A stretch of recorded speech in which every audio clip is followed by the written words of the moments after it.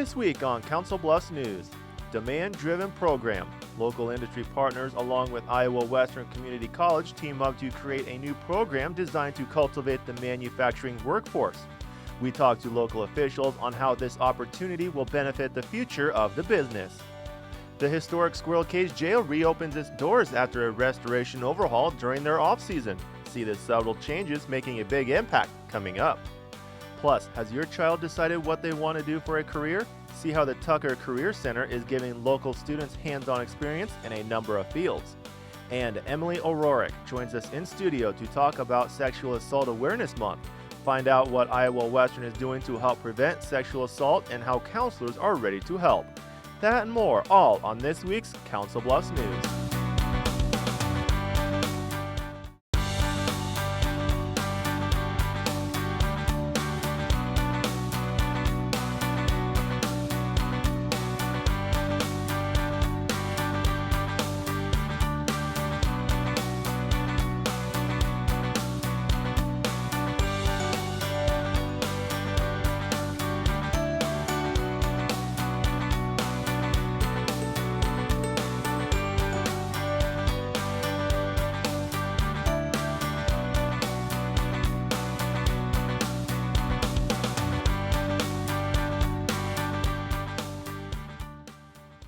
Hello, welcome to this week's Council Bluffs News. I'm Aaron Zach.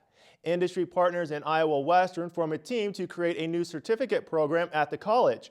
The program called Center of Excellence for Advanced Manufacturing, or in simple terms, CEAM, is a 2-year program designed to cultivate the manufacturing workforce in Southwest Iowa, all beginning in Clarinda.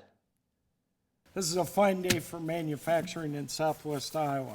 It's supply and demand. This is a good program for all the area manufacturers. And a quick fix for employers and potential employees. And actually worked with business and industry to design the curriculum so that it would meet the needs of the companies. An old gym at Iowa Western's Clarinda campus serves as the new training ground in the Center of Excellence for Advanced Manufacturing. The 2-year program designed to meet and sustain the needs of current and emerging manufacturing companies in Southwest Iowa. About 1.5 years, 2 years ago, Fred Lyle approached me and explained a problem that the manufacturing companies in Southwest Iowa were having, finding highly skilled employees for their companies. That's when the ball started rolling. A renovation of an underused facility made possible by partnerships with Mala Industries in Atlantic and with NSK, AKS, and Lyle Corporation in Clarinda. We have some new bells and whistles that we didn't have before. We have a CNC lathe, which this should attract young students coming out of high school. So how does CEAM work? It'll include a core year for all students, then divide into 2 specialized tracks for either electromechanical or tool and die. The program is already training employees of industry partners. The new facility is expected to be in use within the next 4 weeks. You know, I expect that there will be more automation. That's happening in all kinds of career fields. And so we're going to keep the skills current, and the people who complete this program of studies are always going to be able to be well qualified for the kind of jobs that are out there in manufacturing. Keeping the necessary skills in mind, class sizes will be manageable as well. Approximately 15 individuals will enter the program at a given time and will learn the basics and required skills to perform at a high level. There's different types of manufacturing training that we're doing. It's a 2-year certified program. And you know, at first I was hoping for it to be an accredited program, but you can't adjust the program to fit the needs of Southwest Iowa as fast as you can if it's a certificate type program. The private sector, working with a local college to meet the needs of students and local industries, school officials say it's the latest demonstration of what a solid collaboration can accomplish. Well, I think it's a really good example of what we can do in this area of manufacturing. But I think there are other areas of employment in Southwest Iowa where companies have some of the same kinds of issues. And so hopefully we can use this as a template to work with other companies to get their participation and involvement and do more things for the companies, but also for people that want good, high-paying jobs in Southwest Iowa.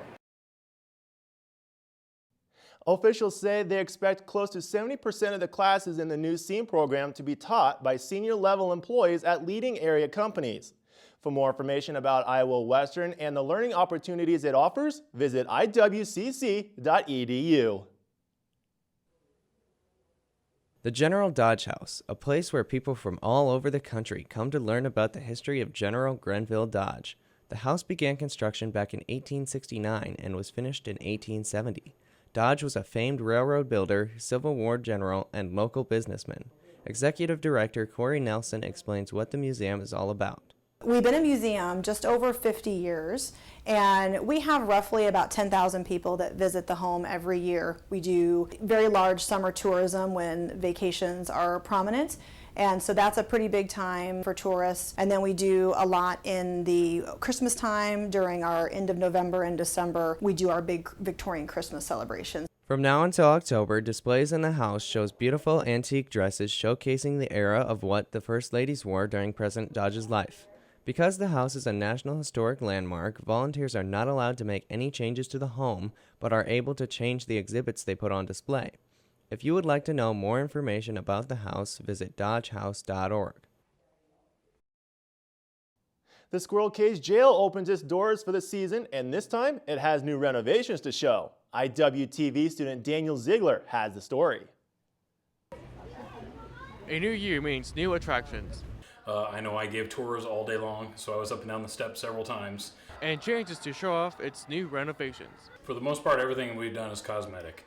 April 1st, the Squirrel Cage Jail opens its doors with something new for everybody, even if you've been there before. It seems like the turnout was great. A lot of people that came have been here before and were never able to see the third or fourth floor. After working in the off-season to move the Historical Society's archives, they've opened up new areas of the historic jail. For instance, right now we're standing in the jailer's apartment. We're standing in the living room of the jailer's apartment. Just a month ago, there was a bunch of storage items stored in here. The Historic Society says that about 200 people showed up to tour the new cells on opening day. Kat Slaughter says they've tried to make it as real as possible. So all the cells are set up like they would have been when the inmates were here. You can see some clothes in there, newspapers, comic books, and things like that. It's very exciting. All the rooms have been touched, but those are the main things that we've really done. With all new areas opened up, the Historical Society can display more artifacts and rotate in new artifacts. So we have different court docket books, just a lot of stuff up in our archives that we really want people to see. We have different china to go in the kitchen, different information about the inmates. We just want to have more out there. Because of renovations like these, historic places like the Squirrel Cage Jail can continue to wow generations to come. Yeah, I was amazed how people came up with this idea of a hand crank for a whole jail. As they finish up renovations to the jail, Jason says they still have plans for the future. They would have had a prisoner transport wagon, a horse-drawn carriage basically that transported prisoners from the jail to court to the prison. We would love to be able to get a prisoner transport wagon back here. I'd love to have it parked out front so that people can see it, what it would have been like. As future plans continue to form, the chance to use carriages in city parades is a dream in and of itself. But we have no photos of what the sheriff's office wagon team would have looked like. So we're basically just in search. If anybody has a wagon that we can make into that, we want to replicate it as if it was built in the 1800s in use in Potawatomi County. If you have any leads for the wagon or would just like to schedule a tour of the Squirrel Cage Jail, you can go to the website, thehistoricalsociety.org. An apple a day keeps the doctor away, and Iowa Western is making sure students and staff stay healthy and fit for 2017. That begins our coverage in News Around the Bluffs. As guests fill the Student Center March 31st, Iowa Western Wellness Committee is making sure you don't need to visit the doctor anytime soon. From 6 a.m. to 10 a.m., informational vendors are on hand to answer any questions you have about your health. Jenny Edmondson is also on campus to conduct blood screenings. While waiting to get your blood screened, people enjoy a free massage from Ancient Wisdom Massage. Jill Sherman, a wellness specialist on campus, says the event happens every spring and it keeps getting bigger. Today we're having a health and wellness fair here at the Iowa Western Community College. We have over 50 vendors and it's open to our employees, students, and the public. So if you'd like to get some health and wellness information, this is the place to do it. Also, besides just having vendor information, we have free blood pressure checks and glucose screening. While you wait to get your blood checked and get your free massage, a complimentary breakfast is available as well. If you would like to learn more about the annual health and screening fair, contact Jill at her email at jsherman@iwcc.edu. It's the moment all college basketball fans have been waiting for. Who will win the national championship? Iowa Western Residence Life holds a watch party to celebrate the big day. It's an annual tradition filling out NCAA March Madness brackets. At the beginning of March, Iowa Western students filled out their brackets through school emails. Now it's time to see who had the best. The Towers, located on the campus of Iowa Western, holds a March Madness party on Monday, April 3rd. Students gather to watch the national championship between North Carolina and Gonzaga. Once the game's over and everything else like that, we'll see who won the bracket tournament online, and we'll get the top 3 winners their grand prizes. The crowd filled the room and everyone had a blast. Free wings and drinks were a slam dunk. North Carolina beat Gonzaga 71-65, but they weren't the only winners. 3 students won prizes also. April is Child Abuse Prevention Month, and what better way to help raise awareness than to have a family fun fair? Saturday, April 1st, people come together at the Charles E. Lakin campus to help support Child Abuse Prevention Month. Families gather to have fun with their kids, enjoy fun activities, and have a good time. From face painting to kids seeing what it's like inside a fire truck, it's an event filled with all kinds of activities. We want families to have somewhere to go, to have fun together, to maybe build community a little bit, make connections. We have lots of resources here so people can learn about some help that's available to them in their community. Just lots of fun things to do. During the fun event, guests enjoy a free live concert. This event is just the beginning. April 7th and 8th will feature a Blue Out Day and a mayoral proclamation. To learn how you can help raise awareness, head to safebaby.org. Still to come on Council Bluffs News, find out how the Career and Technical Education program in Council Bluffs is helping high school students prepare for the future with hands-on learning. Plus, the Iowa State USBC State Championship is coming to Council Bluffs. Find out how all the proceeds from the tournament will help students earn scholarships. But coming up next, Emily O'Rourke joins us in studio to speak about April being Sexually Assault Awareness Month and what emotional help Iowa Western offers students. Stay tuned. We asked a group of employees what makes our bank special, and here is what they said. We're available to answer customer questions as quickly as possible. We're available to help our community grow. We are available to explain the benefits of electronic banking. We're available to teach your kids financial literacy. We are available to help our local businesses grow and prosper. We're available to turn your dream of homeownership into reality. We're available to help our ag customers keep a family tradition alive. We're available to make decisions right here and right now. Being available to our customers and communities is not only what ties us together, but also what you want most from your financial institution. And our new name says just that. Welcome to Avela Bank. You'll see that new name when you access our website and your online banking account. You'll see the name on brochures, advertisements, receipts, even on the bank employees you have come to rely on. And within a month, you'll see it on our buildings. This is a big change, but rest assured, this is the only change we're implementing. We're still the same people in the same locations, with the same management and same ownership. And of course, the same commitment to be available to you and our communities. And that, quite simply, is why we're proud to say, we're Avela. We are Avela. We are Avela. We are Avela. We are Avela. We are Avela. We are Avela. We are Avela. We're Avela. We're Avela.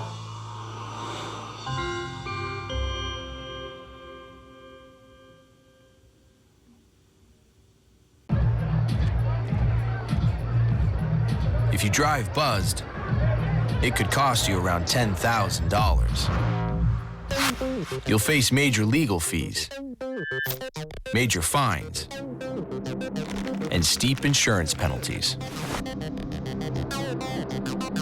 You could lose everything.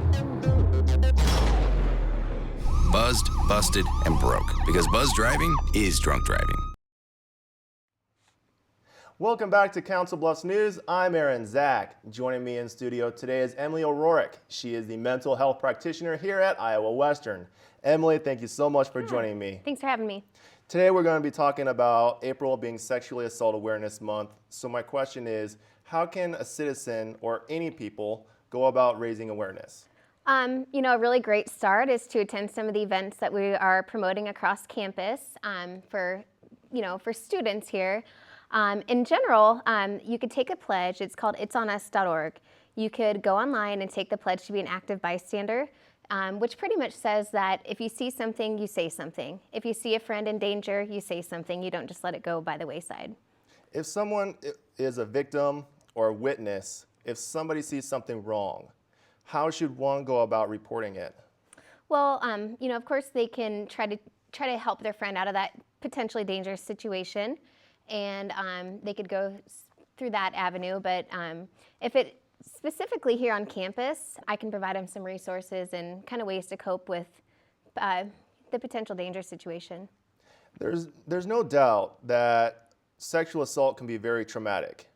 As the mental health practitioner here at Iowa Western, how is the school helping those dealing with not only these types of situations, but others as well? As you mentioned, I'm the mental health practitioner, and so I provide a free service to all students here at Iowa Western. I'm also serve as a victim advocate, so if something were to happen on campus, they can report that to me, and if they choose for it to remain confidential, it can stay within the therapeutic setting. And another resource is I try to couple students with community resources, so that if they don't want to use the service here on campus, for whatever reason, I get them hooked up with Catholic Charities or the Phoenix House to make sure that they have the supports they need on their recovery journey. April 6th, you have a mental health event. Tell me about it.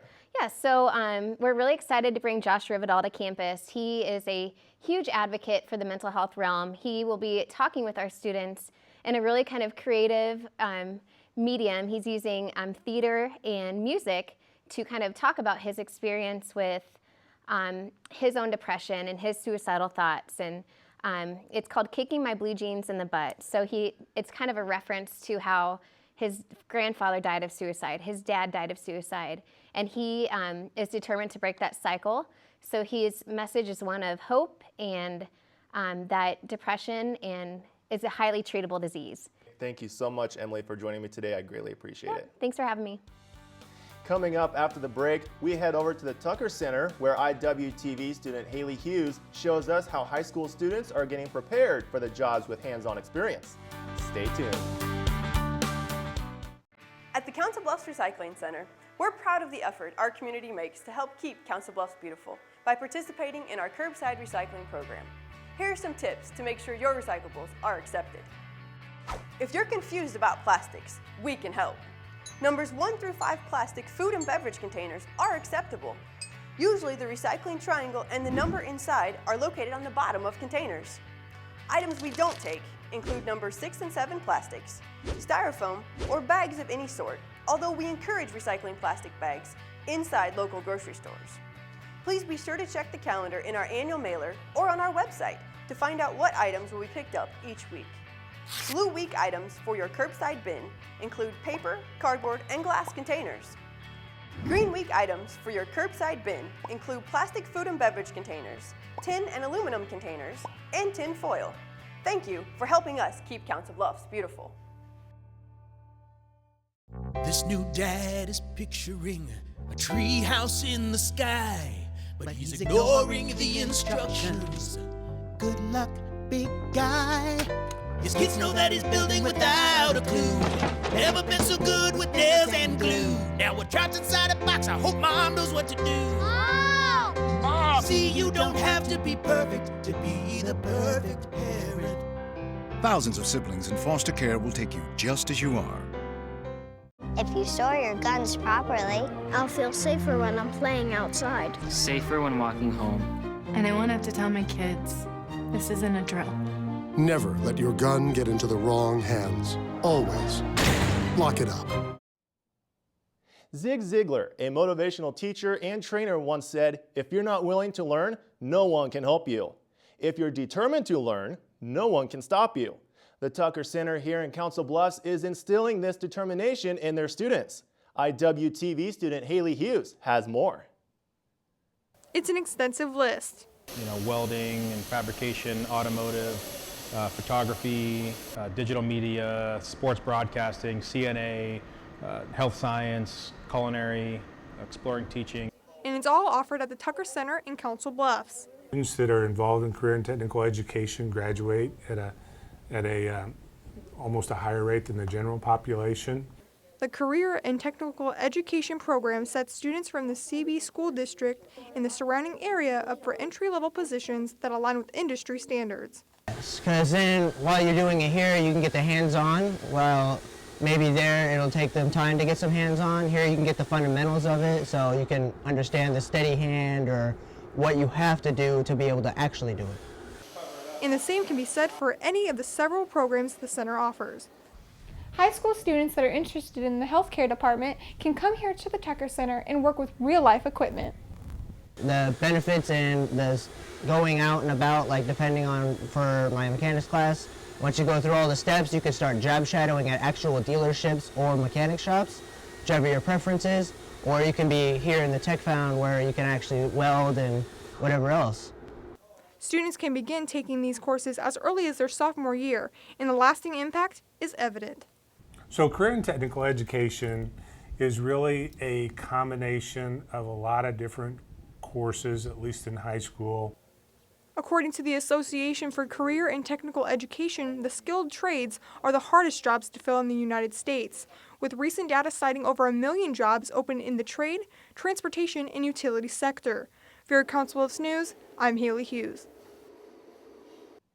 For more information about the Tucker Center and the Council Bluffs Community School District, visit cb-schools.org.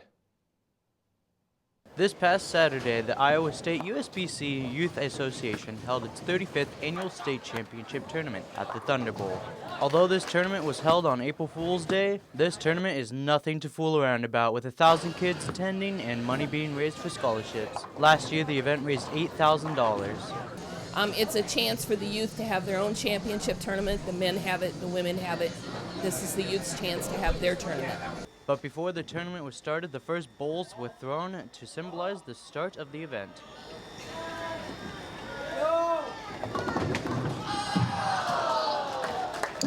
The teams were decided on their bowl average rather than their age, which allowed for those with an age gap, but not skill gap, to play and compete against each other. Council Bluffs even has a stake in the tournament. We have, in fact, I think all of her kids that are in the program at Council Bluffs are bowling in this tournament. The event is going on the weekends, with it taking a break for Easter and then back at it for 2 more weeks. It'll happen over 4 weeks. We have 2 weeks Easter off and then 2 more weeks. For more information, go to iowayouthbowling.org. Still to come on Council Bluffs News. Plenty of furry friends are still looking for a good home. We'll meet them in our Pets of the Week. And a look at our events calendar to wrap up the show.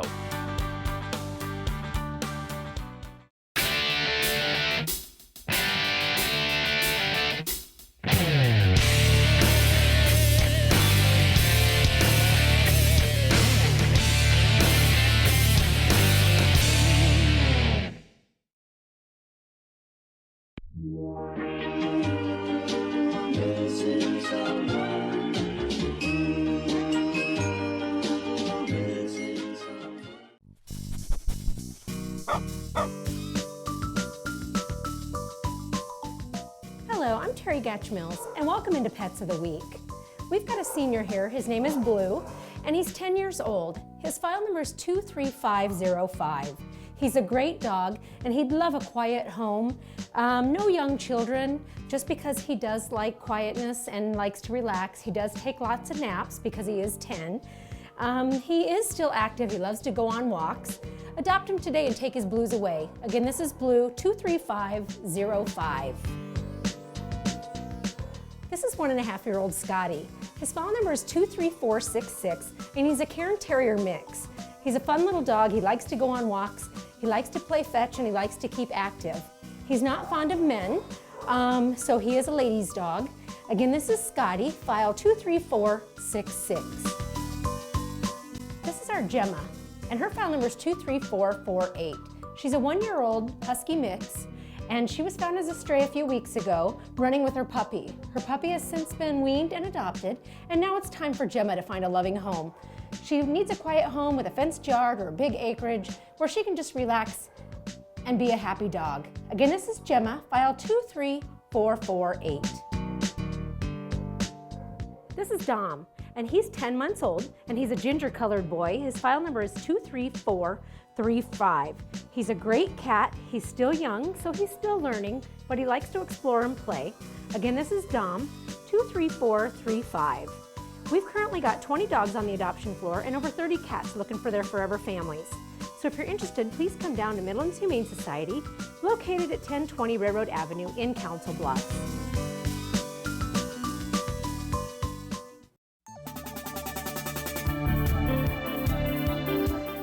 Time now for our weekly events calendar. Tech gurus will love this one. The U.S. Robotics Championship is coming to the Mid-America Center April 4th through the 8th. Don't miss the newest technology-driven robots perform at their best. Teams from across the world are invited to participate. Showtimes will vary. To learn more about the tournament, head to Create's website at create-found.org. The Council Bluffs Chamber of Commerce is hosting its last legislative coffee of 2017, Saturday, April 8th. From 9 a.m. to 10 a.m. at Woodrow Wilson Middle School, guests will be able to interact with state elected officials about their views and opinions. This session series is sponsored by Hy-Vee.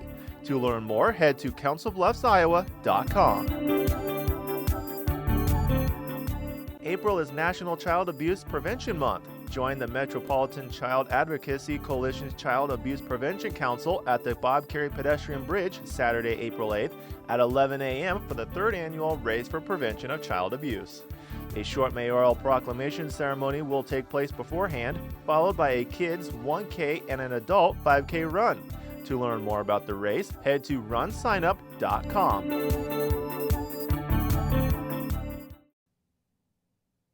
Thank you for tuning in and watching this week's Council Bluffs News. As always, CBTV is very eager to hear your feedback. If you'd like to send us your questions or comments, email them to cbtv@iwcc.edu, or you can call us at 712-325-3312. Or you can find us on social media. We're on Facebook and Twitter. Just search CBTV17.